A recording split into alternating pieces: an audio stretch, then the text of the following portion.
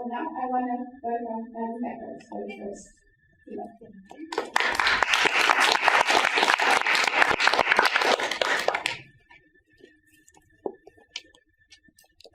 Hi everyone, it's nice that you're here, and I hope we can have a good day about the voice of the youth, and that you will be, at the end of the day, in some way empowered to let your own voice be heard in other rooms than rooms with a lot of young people, so that you're willing to go out and speak to the older people maybe, and let your voice be heard and have an influence on society.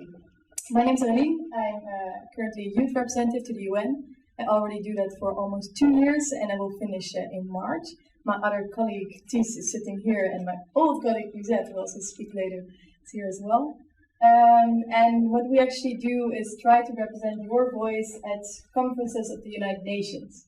So I will show you some pictures of that, and I will give you some anecdotes, and that's really where all the big, old, grey guys make the decisions about our future. So when I was about 16 years old, I got really worried about the planet, about the climate, about how our society is working or maybe not working. And I think that my decision was that the only thing to do was to go do something about it. I decided that I had to do something about it in order to change it, because I felt that it was wrong, that there was climate change going on, and there was huge inequality, that ecosystems were degrading, and that we just seem to not care and not be able to do something about it and make the world better. So I really felt that I had a role to play in improving this and try to let the voice of young generations and also future generations be heard. So I started at a campaign with, Friends of the Earth, the Netherlands, like a very active campaign about climate change and voting green, etc. And then I started to work at the Dutch National Youth Council in the working group for the UN and for sustainability, and I became the coordinator. And then I applied for the function to be a youth representative.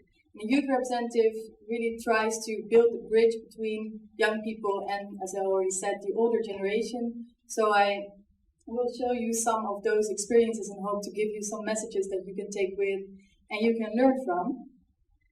So what we did, me and my colleagues together, we went to, for example, the Rio +20 conference 1.5 years ago, a huge conference about sustainable development. And really what I experienced there was, what the hell is this? I was really, is this the place where people are going to decide about our future, where it seems that nothing is happening, there's no energy, there's no real ambition, people don't seem to want to work together or actually get an outcome. They just want to have their own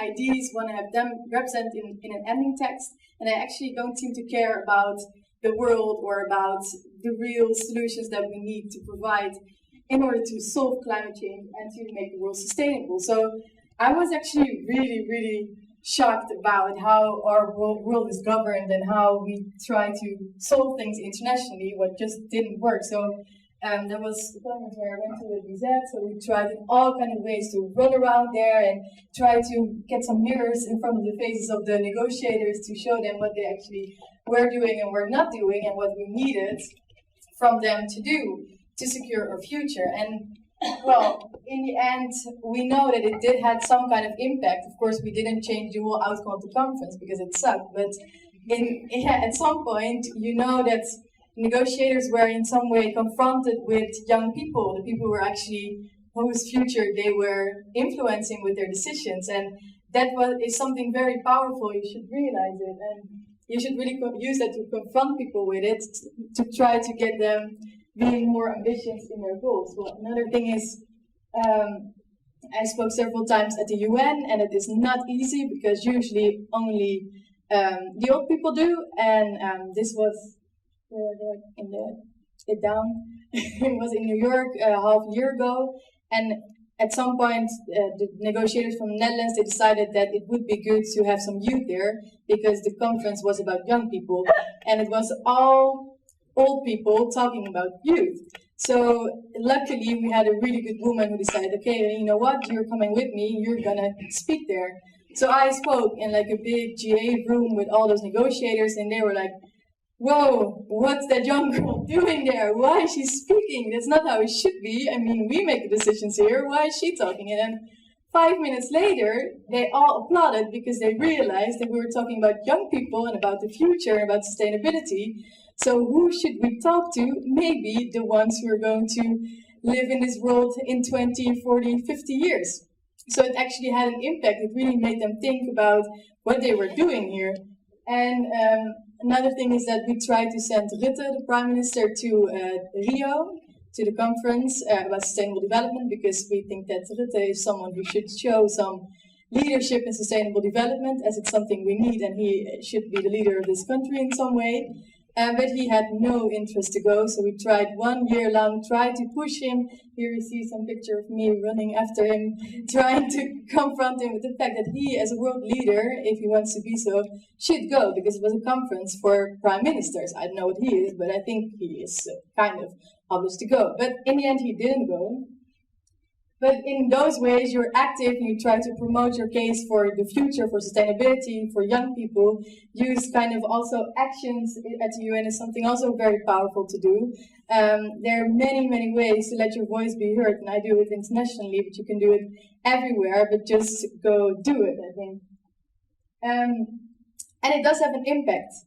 I think that when you try to engage, when you show what you have to offer, when you show what young people can contribute, it can change a lot. So Rutte first didn't like us, but now we are having meetings with him in a torentje, because he's kind of interesting in the end what sustainability actually is and what the young people have to say.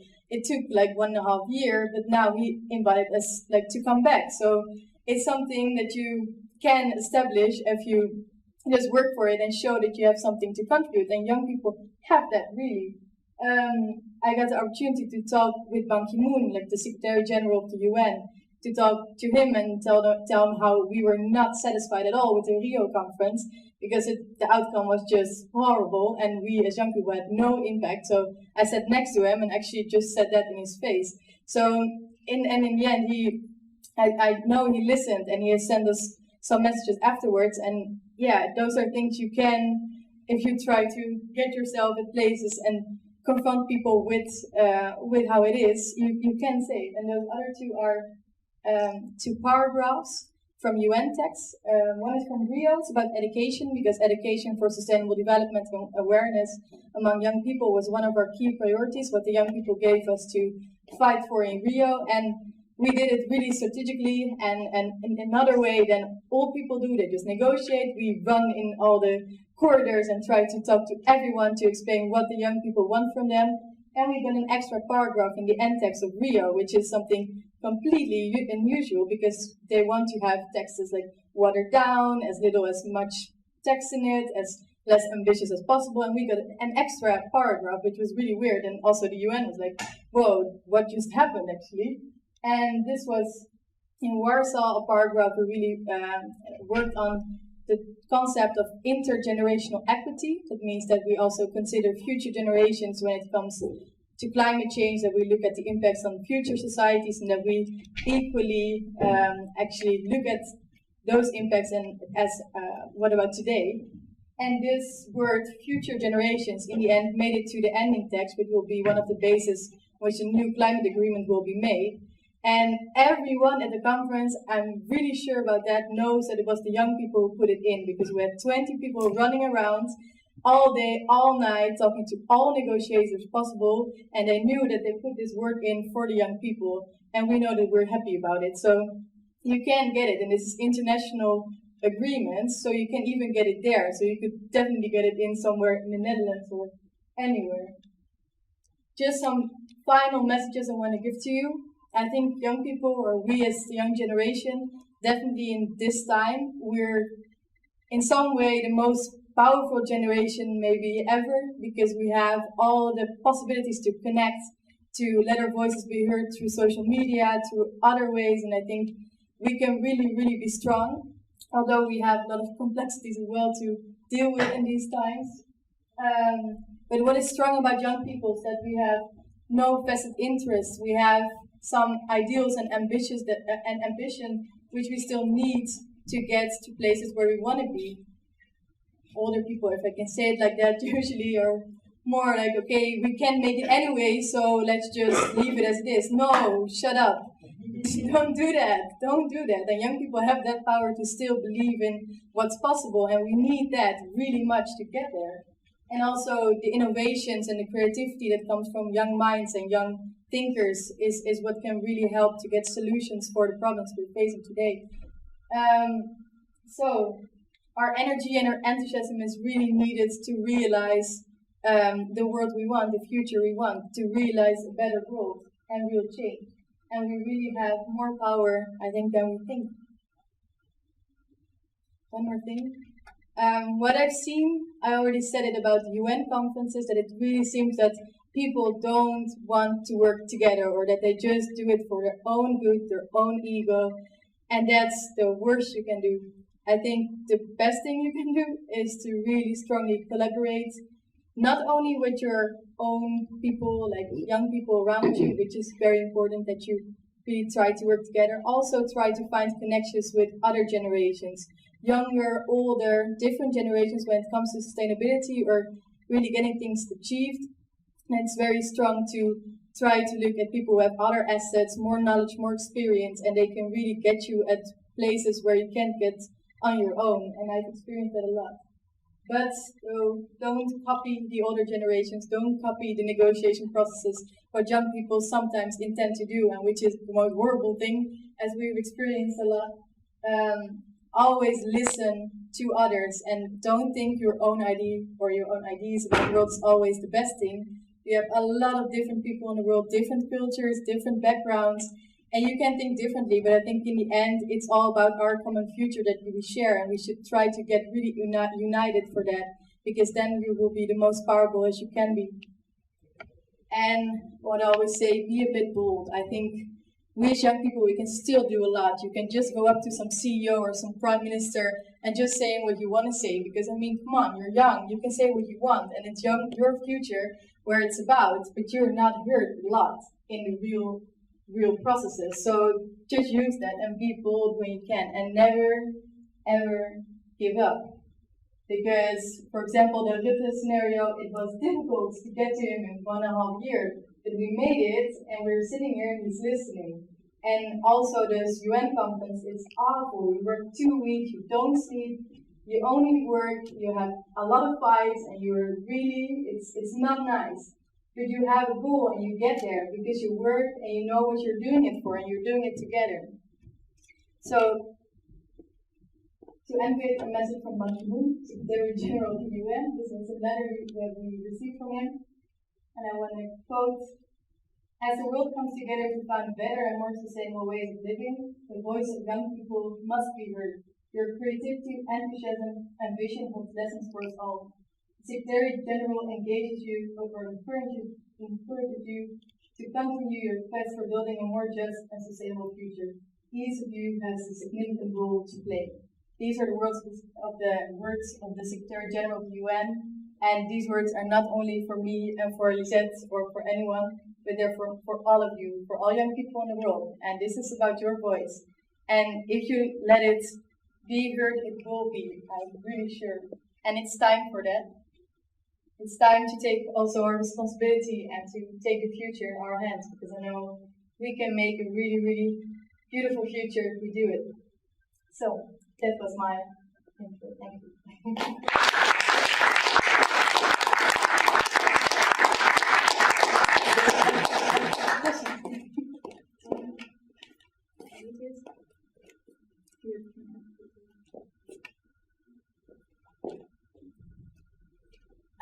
Hi, Robin. Hi. Working, but yeah. Well, okay, it works. Thank you for your inspiring speech and for being here. We have a little time for some questions, so if you have questions, just raise your hand. Before we start with the question, I have a question. Until now, you traveled all over the world and seen a lot of places, talked to many people, and we were wondering, what is your most memorable moment in your career up to now? Yeah. I think maybe this speech, because that was a speech that was really here, and that is something really important that you know if you don't do it for nothing. And it was really special to be there in a really official UN setting with only the old ones, and I was able to let the voice of young people be heard. And it was just not just my voice, but I made a speech with input from young people from all over the world, and I just knew that they were very happy with me doing it, so it felt really satisfying, and I was really happy about that. So I think that was a really big accomplishment to get there and make that happen. Are there any questions? Yeah. I was just wondering, how did you end up there? Because you say you represent the youth, but Yeah. I think you're doing a great job. There was no vote, I think. So I assume Yeah, no, there was. I decided not to explain it, but the youth representatives are part of the Dutch National Youth Council, and every year a new youth representative is chosen, at least for sustainable development, also UNGA, UNESCO, and European Affairs. So we have the General Assembly of the Youth Council, and those are 40 national youth organizations. They vote for their representative. So we have quite a big mandate. But sometimes it's like an open event where people can vote. So at least a few hundred people or so vote for you. But for me, it was like the organizations voted, and the same was for my colleagues. And actually, it's something that's open for everyone. So if you're interested in doing this and being my successor, from January, I think the solicitation will be open, and really anyone who wants to do this and is between 18 and 25 can apply for it. And then it's just a selection process, and you need to have some interest in sustainable development, and being, people must think you're a good youth rep, but everyone can become this.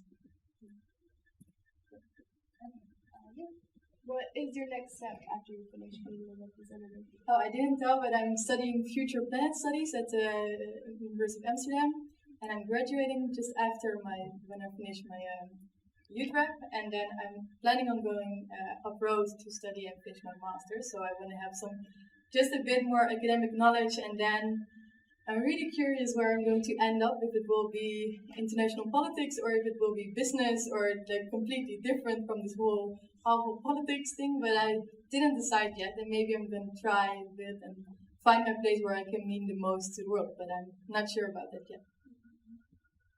Okay, one more question? Yeah, just a short question. You criticized all the way how UN conferences work.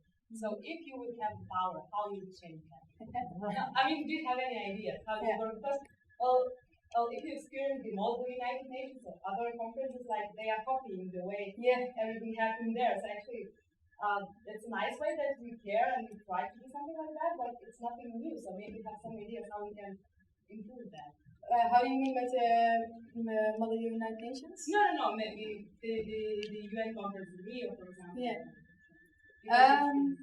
Well, I'm not sure. I think one thing has to do with structures of the UN. That's some things with voting and with it's really slow, but it's also difficult because you have 195 or something more countries. And on the other hand, it's actually something that the UN as a body can solve, because it's all about what people nationally decide. So all the work is done before the conferences. So when people decide in the capital already that they're not going to have any outcome or they don't want, then the whole process is fucked, because,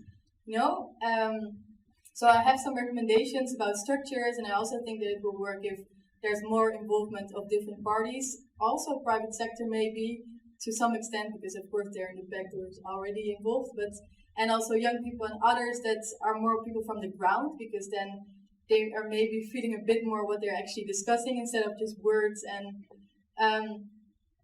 what I would change, I think it's partly in structure, but it's also the people who are sitting there don't seem to be willing to get something out of it and just doing their job that they always do. So I would like to be Secretary General and talk to those people and try to make the system more effective, because if you can veto, for example, everything that's not you don't like so much, then we never get anywhere, for example. But we're working on that as well, trying to come up with ideas on how it could work more effectively, so not only criticizing the work. Okay, well, thank you very much. We'll give the floor to the next speaker.